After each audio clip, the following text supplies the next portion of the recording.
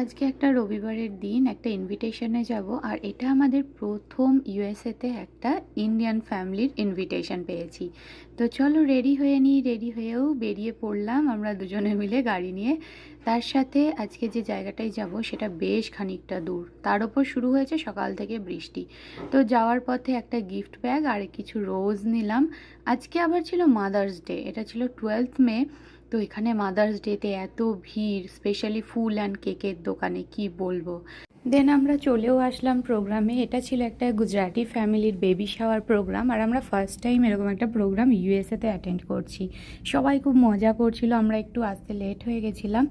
দিয়ে বসে গেলাম লাঞ্চে। অ্যান্ড এখানে এরা সমস্তটাই ভেজ খায়, তো ভেজেও কিন্তু দারুণ দারুণ কিছু আইটেম ছিল। এবং এখানে আমরা প্রোগ্রামে এসে আবার গিফটও পেলাম। সব শেষে ঠান্ডা পান হাতে আবার বাড়ির দিকে রওনা হলাম। এই ছিল আজকের একটা ছোট্ট